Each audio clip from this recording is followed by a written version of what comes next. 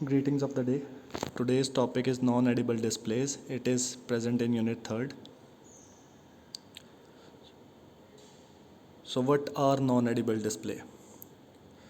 So basically buffet is a place where different kind of food and dishes are placed for the guest, and there is always a centerpiece which is kept in the buffet to enhance the beauty, and it gives heightens to the appearance of the buffet.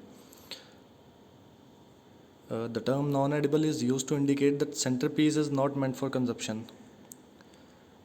कोई भी buffet होता है, आपको पता है वहाँ पे different dishes पड़ी होती हैं, ठीक है। तो उसको उसकी अपीयरेंस को इम्प्रूव करने के लिए हम नॉन एडिबल डिस्प्ले का यूज़ करते हैं। वो नॉन एडिबल डिस्प्ले कोई भी चीज़ हो सकती है। So there are basically 6 type of non edible displays, for example such as ice carving, tallow sculpture, thermocol work, pastillage, saltillage, etcetera. So we will discuss one by one. आप इस picture में देख पा रहे हो कि बीच में उन्होंने फ्रूट कार्विंग की है, ठीक है। तो वो सेंटर पीस है। तो किसी भी बफ़े में सेंटर पीस एक आइडेंटिफाई करता है, गेस्ट आइडेंटिफाई कर लेता है कि हमारा जो हमारा फूड है, वो जो हमारा फंक्शन है, वो किस थीम पे बेस्ड है। So first one is ice carving. Ice sculpture is the highlight of any buffet. It can be carved in many shape and size or figure that fits the theme or occasion. अब ice carving होगी तो इसके लिए हमें ये भी ध्यान रखना पड़ता है कि आइस पिघलती है जल्दी है, और उसको वो पिघले ना, तो इसका टेम्परेचर जो जहाँ पे हम आइस कार्व करते हैं, जहाँ पे हम आइस को काटते हैं, वहाँ का जो टेम्परेचर है वो 28 डिग्री फ़ारेनहाइट होना चाहिए। जो चीज़ें हमें चाहिए आइस कार्विंग के लिए, 100 से 300 पाउंड तक का आइस ब्लॉक जिसकी हाइट होगी 40 इंच और जिसकी चौड़ाई होगी 20 इंच और जो 10 इंच तक थिक होगा। आइस टोंग्स चाहिए उसे मूव करने के लिए, आइस शेवर चाहिए बारीकियां लाने के लिए, शेव करेगा उसको। आइस पिक चाहिए बड़े बड़े आइस के पिक को कार्व करने के लिए। हैंड सॉ और सॉल्ट हमेशा काम आता है। आइस अगर गलती से हमसे कोई टुकड़ा टूट जाता है तो दोनों ब्लॉक को नमक में रखते हैं और बाद में उनको आपस में जोड़ दिया जाता है, फिर से आइस जुड़ जाती है। This is a example of ice carving. अब आइस कार्विंग जो है, आइस है वो पिघलती है, उसका पिघलने का रेट जो है वो एक आवर में कुछ ½ इंच पिघलती है। तो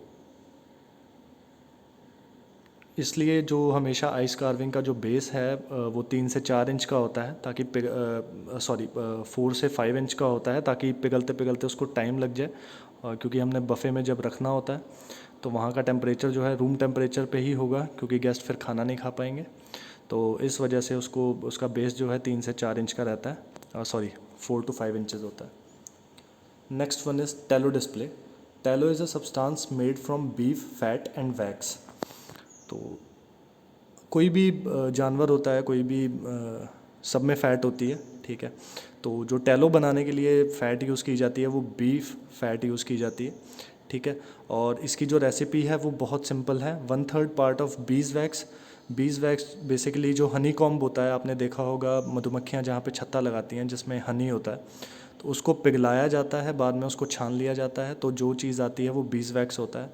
दूसरा पैराफिन है जिससे मोमबत्तियाँ बनती हैं, ये पेट्रोलियम से लिया जाता है। और बीफ फैट नेचुरल है, ये बीफ फैट हम बीफ से लेते हैं। इन तीनों चीज़ों को मिक्स कर दिया जाता है और बाद में हमें जो भी कुछ बनाना है डिस्प्ले, हम आराम से बना सकते हैं। This is the example of tallow sculpture. Next one is saltilage. The basic recipe for the dough for salt carving is 2 cup of flour and 1 cup of salt.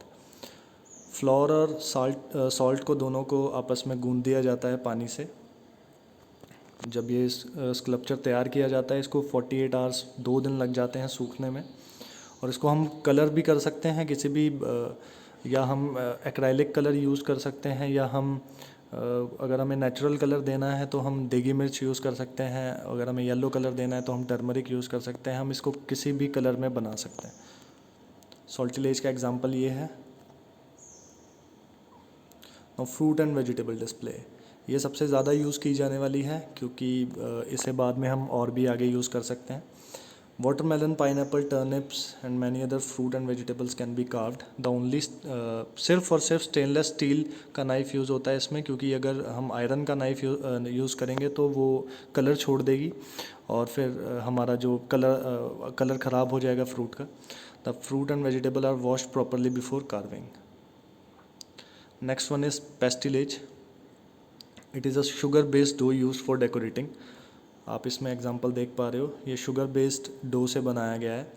Cooked sugar can be used in various form of art. Ingredient which are required to make pastillage powder: powdered sugar, gelatin, water and glucose syrup. Next one is thermocol work. Styrofoam is an interesting medium that can be used to create a variety of crafts and decoration. Templates and cutout prepared in advance will help in producing styrofoam carving quickly. ये शादी वगैरह के function में जब बड़े बड़े palaces होते हैं वहाँ पे यूज़ होता है ये. So thank you.